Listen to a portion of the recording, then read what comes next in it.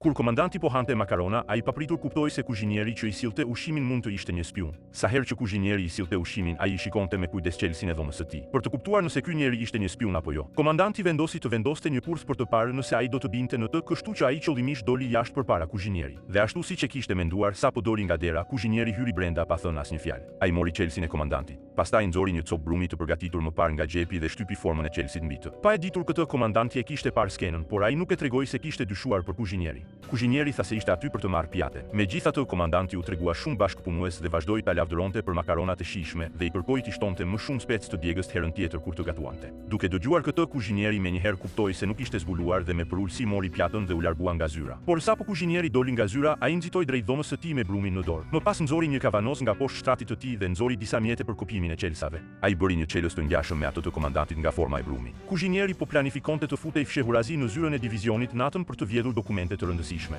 Pa e ditur ai, komandanti e kishte kuptuar tashmë planin e tij. Ai qëllimisht zëvendësoi dokumentet e vërteta me një të rrem dhe e vendosi atë në sirtar, sepse vetëm duke krijuar informacion të rrem armiku mund të binte në kurthin e tij.